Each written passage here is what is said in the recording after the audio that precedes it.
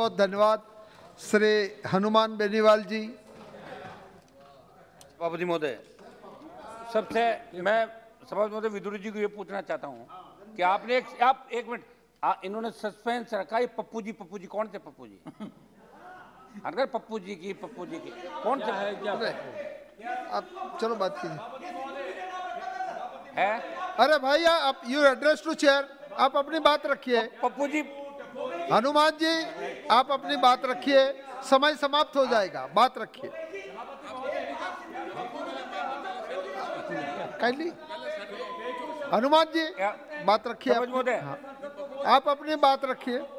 नहीं सभापति महोदय, मैं तो ये पूछ रहा था हूँ कि नहीं, आप अपना विषय रखो। जो हम सब सोच रहे हैं वही पप्पू जी है, दूसरे हैं? हाँ ठीक है, तो आगे समझ में।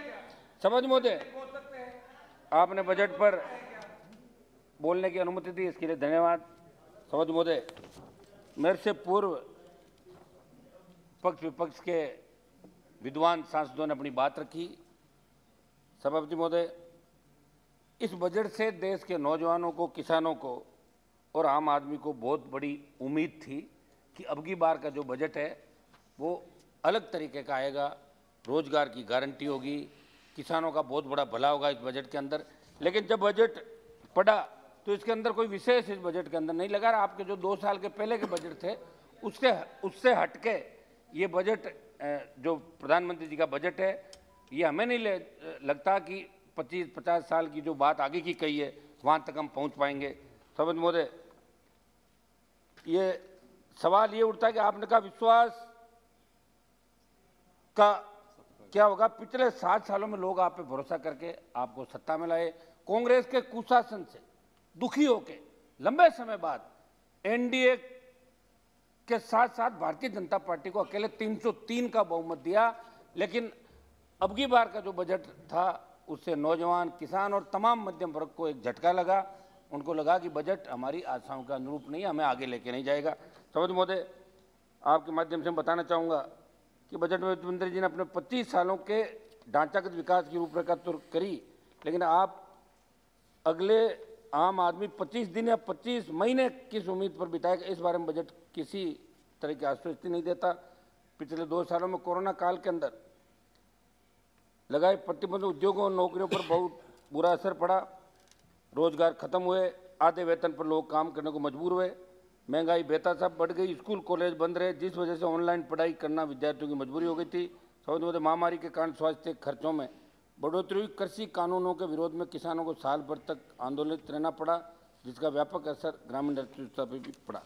सभापति महोदय, अगर बजट में जिक्र हुआ गति और शक्ति का, बजट में बताया कि वित्त वर्ष 22-23 में 25,000 किलोमीटर के हाईवे तैयार किए, 3 सालों में 100 नए कार्गो टर्मिनल विकसित किए, पीएम गति शक्ति योजना के तहत रोड, रेलवे और वाटरवेज के इंफ्रा और लॉजिस्टिक्स विकास पर फोकस किया जाएगा। इस सब बड़ी बड़ी बातों और योजनाओं में गाँवों का भारत हमें गुम होता हुआ नजर आ रहा है।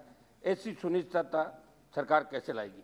मध्यम वर्ग, जिसने सबसे ज़्यादा वोट आप लोगों को डाले, बजट के अंदर उनको निराशा हाथ लगी। इस बजट में अपने लिए करों में रात की उम्मीद लगा कि आम आदमी बैठा था। कोरोना काल के अंदर आर्थिक व्यवस्था, आम आदमी रोजगार से जूझ रहा था, लाखों लोग भी चले गए, लेकिन आपने आयकर स्लैब में कोई बदलाव नहीं किया। वित्त मंत्री जी का आम मध्यम वर्ग के लोगों के लिए ये संदेश है कि हमने 2 साल से इनकम टैक्स नहीं बढ़ाया और लोगों पर कोरोना काल के बावजूद टैक्स नहीं बढ़ाया, ये सबसे बड़ी राहत है। लेकिन कोरोना सहित अभी अन्य कारणों जो हालत निर्धन में मध्यम वर्ग के बने, उस पर सरकार ने गंभीरता से बजट में कुछ नहीं किया। सभापति महोदय, कृषि क्षेत्र के लिए जो आम बजट 22-23 में कृषि क्षेत्र के कुल आवंटन में केवल 4.8% वृद्धि हुई, जबकि फसल बीमा और किसानों की न्यूनतम समर्थन मूल्य एमएसपी को सक्षम करने वाला आवंटन के भारी इसके अंदर कमी की गई है। इतना ही नहीं, बजट में किसानों की आय दोगुनी करने की सरकार की महत्वाकांक्षी योजना, जो बार बार आप कह रहे हो किसानों की आय दोगुनी करेंगे, पूरी तरह इसमें चुप्पी साध दी गई, जबकि इस योजना की समय सीमा इसी वर्ष 2022 थी। सभापति महोदय, बजट में कृषि क्षेत्र के लिए वित्त वर्ष 22-23 में चालू वित्त वर्ष 21-22 से केवल 5700 करोड़ रुपए की मामूली वृद्धि हुई है। प्रधानमंत्री फसल बीमा योजना के लिए आवंटन की 15,989 करोड़ रुपए से घटाकर 15,500 करोड़ रुपए कर दिया, ये भी चिंताजनक है। सभापति महोदय, एमएसपी पे जब किसान आंदोलन चला, सहमति बनी, तीनों कृषि बिल किसानों के आंदोलन के चलते सरकार ने भारी दबाव के अंदर तीनों कृषि बिल तो वापस ले लिए और एक वादा किया था किसानों को कि एमएसपी पे गारंटी, खरीद गारंटी का कानून बनेगा। अभी भी एमएसपी पे जो खरीद हो रही है वो 25 क्विंटल से ज़्यादा किसी किसान की खरीद नहीं होती, राइडर लगा हुआ है। आपने इसके अंदर एमएसपी की पूरी बात नहीं करी। जो कमेटी गठित करनी थी वो कमेटी भी अभी गठित नहीं हुई। प्रधानमंत्री अन्नदाता आय संरक्षण योजना और MIS, PSS और मूल्य समर्थन योजना के आवंटन में भारी कमी की गई। परिणाम आशा को सिर्फ 1 करोड़ रुपए का आवंटन किया, जबकि वित्त वर्ष 21-22 में इसी मद पर 400 करोड़ रुपए खर्च किए गए थे। ये कटौती ऐसे समय हुई जबकि किसान संगठनों की प्रमुख मांग है कि फसलों की खरीद के लिए MSP की गारंटी दी जाए, जिस पर सरकार ने संगठनों को भरोसा भी दिलाया था, लेकिन इस पर अभी भी कोई विशेष कार्रवाई नहीं। सभापति महोदय, खाद्य और पोषण सुरक्षा बजट दस्तावेज में खाद्य और पोषण सुरक्षा को लेकर विरोधाभासी बात दिखती है। ये दस्तावेज कहता है कि मिशन का उद्देश्य पोषण सुरक्षा के साथ इन फसलों में आत्मनिर्भरता प्राप्त करने के लिए दलहन और पोषक अनाज पर विशेष जोर देना है, जबकि खाद्य और पोषण सुरक्षा के तहत आवंटन में 21-22 में 1540 करोड़ रुपए संशोधित से घटकर 1395 करोड़ रुपये हो गया। इसके तहत राज्यों केंद्र शासित प्रदेशों को दालों का वितरण करने के लिए खरीदी गई दालों के स्टॉक का निपटान करना है। इसके अलावा मिड डे मील, सार्वजनिक वितरण प्रणाली, ICDS आदि जैसी विभिन्न कल्याणकारी योजनाओं के लिए केवल 9 करोड़ रुपए का प्रावधान किया, जबकि 21-22 में संशोधित अनुमान 50 करोड़ रुपए था। हालांकि 21-22 के बजट में अनुमानित आवंटन 300 करोड़ रुपए था। सभापति महोदय, एक अभी बात चली थी महंगाई की।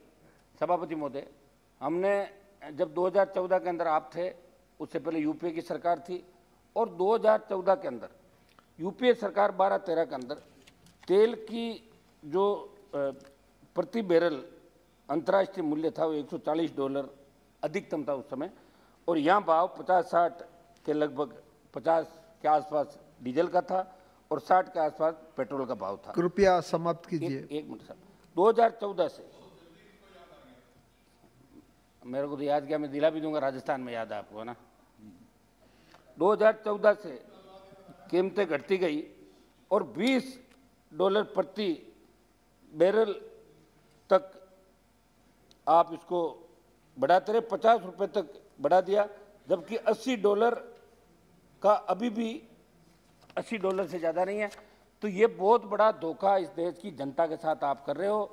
चुनाव जहाँ आ रहा है उस समय आप इसको नहीं बढ़ाते और उसके बाद बढ़ाकर 1 रुपया घटा देते हो। मेरी मांग है प्रधानमंत्री जी से, अगर आप आम आदमी की चिंता करते तो महंगाई को कम करो आप इसके लिए, क्योंकि खाली उत्तर प्रदेश यही चुनाव नहीं है, उसके बाद और 4 राज्यों के अंदर चुनाव है जहाँ कड़ी चुनौती आपको मिलेगी। जिन वादों के साथ आप सत्ता के अंदर आए हो, देश का नौजवान, किसान, मध्यम वर्ग ये भूला नहीं है। हो सकता है कि उत्तर प्रदेश के अंदर कोई समीकरण बन जाए, आप सत्ता हासिल कर लो, इसका मतलब ये नहीं है कि 24 के अंदर आप 303 और 308 आ जाओगे। एनडीए के धीरे धीरे साथियों ने आपको छोड़ दिया, 1 गए, 2 गए, 3 गए, 4 गए, करीब करीब चले जाए। हेलो, एक सेकंड, एक्सक्यूज मी, अब सुनो जी। Honourable members, honourable minister of parliamentary affairs will make an announcement. मंत्री जी। I would like to inform the members that the arrangement for dinner has been made for the members in room number 70 and for officers and staff in 73 and 74. समाप्त कीजिए बेनीवाल जी। सुझाव देता हूँ कुछ मैं, आप मुझे लग रहा है लोग ज़्यादा नाराज हो गए। मैं आपके माध्यम से राजस्थान के लंबित मुद्दे और सुझावों की तरफ सरकार का ध्यान आकर्षित करना चाहूँगा। ईस्टर्न कैनाल ERCP केंद्र सरकार से राष्ट्रीय परियोजना घोषित कर बजट भाषण में इसको लेकर निराशा हाथ लगी। इस योजना को राष्ट्रीय परियोजना, सिंचाई परियोजना घोषित करें। सब वित्त मंत्री जी, 13 जिले राजस्थान के लाभान्वित होंगे और 13 के 13 MP आपके भारतीय जनता पार्टी के भी वहाँ पे। ये 13 जिलों की जो योजना है इसको आप धन्यवाद हनुमान जी। खत्म कर रहा हूँ मैं। रेल को आप सेवा बताते लेकिन गैर अर्थसम बताकर जब किसी परियोजना को रोका जाता है तो उससे जाहिर होता है कि रेलवे को सेवा का जरिया मानना और कह देना में अंतर है। राजस्थान को रेलवे जुड़ी परियोजनाओं में इस बजट में निराशा हाथ लगी, जिस पर सरकार को ध्यान देने की आवश्यकता है। सबसे बड़ी बात कि रेल मंत्री जी राजस्थान चाहते हैं तो ये राजस्थान सहित पूरे देश का वैसे ध्यान रखेंगे, विशेषकर राजस्थान और मारवाड़ से जहाँ से आते हैं, जहाँ मेरा भी संसदीय क्षेत्र है, तो आप इसका भी ज़्यादा ध्यान रखेंगे। कोरोना का नाम लेकर पिछले वित्तीय वर्ष का सांसदों का बजट, एक मिनट साहब खत्म कर रहा हूँ मैं। बजट सांसदों का आपने ले लिया, सरकार के अंदर वैसे कोई कमी नहीं होती। हमारे राजस्थान के अंदर विधायकों का बजट बढ़ा के 5 करोड़ कर दिया और हमारा पूरा ही 2 साल का बजट ले रहे 2 करोड़ रुपए उसके अंदर दिए। मेरी मांग रहेगी कि वो तो 5 करोड़ रुपए सांसदों को दे ही दे।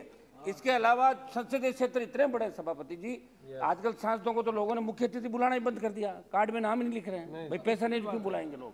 इसलिए मैं चाहता हूँ कि 50 करोड़ रुपए बजट सांसदों का कम से कम सालाना करो। इससे कोई थैंक यू वेरी मच। एक मिनट मेरी बात समाप्त करूं। मैं ये मेरी मांग रखूंगा, किसी भी क्षेत्र में जरूरी कार्यों वहाँ की कमियों को जानकर स्थानीय सांसद को ऐसे में हो सकती है। तो वैसे सांसदों का आपने एक अच्छा काम किया था, वो आपकी मैं तारीफ भी करूंगा कि दिशा का चेयरमैन सांसद होता है, वो आपने ही सांसद की उपस्थिति दर्ज कराई। पहले सांसद को कोई नहीं पूछता था, ये सही बात है, लेकिन कई राज्यों के अंदर दिशा की मीटिंग नहीं होने देती वहाँ की स्टेट गवर्नमेंट, ये भी दुर्भाग्यपूर्ण है। तो इसके अंदर पे आप सभापति मैं आधा मिनट में मेरी बात समाप्त कर रहा हूँ, बस आधा मिनट है ना। डिजिटल शिक्षा, प्रत्येक काम को डिजिटल तरीके से करने में जोर दिया जा रहा है, लेकिन केंद्र इस बार ध्यान क्यों नहीं दे रही है कि सरकार की BSNL की 4G सेवाएं लोगों को नहीं मिल रही है। दूर दराज क्षेत्रों में आज भी नेटवर्क का अभाव रहता है। राजस्थान की भौगोलिक स्थिति को देखते हुए अगर देश में किसी को विशेष राज्य का दर्जा मिले तो राजस्थान को विशेष राज्य का दर्जा दिया जाए। थैंक यू आगे बढ़ाते हैं। थैंक यू श्री विजय कुमार को संपूर्ण करने का रोड में अंशलक जी।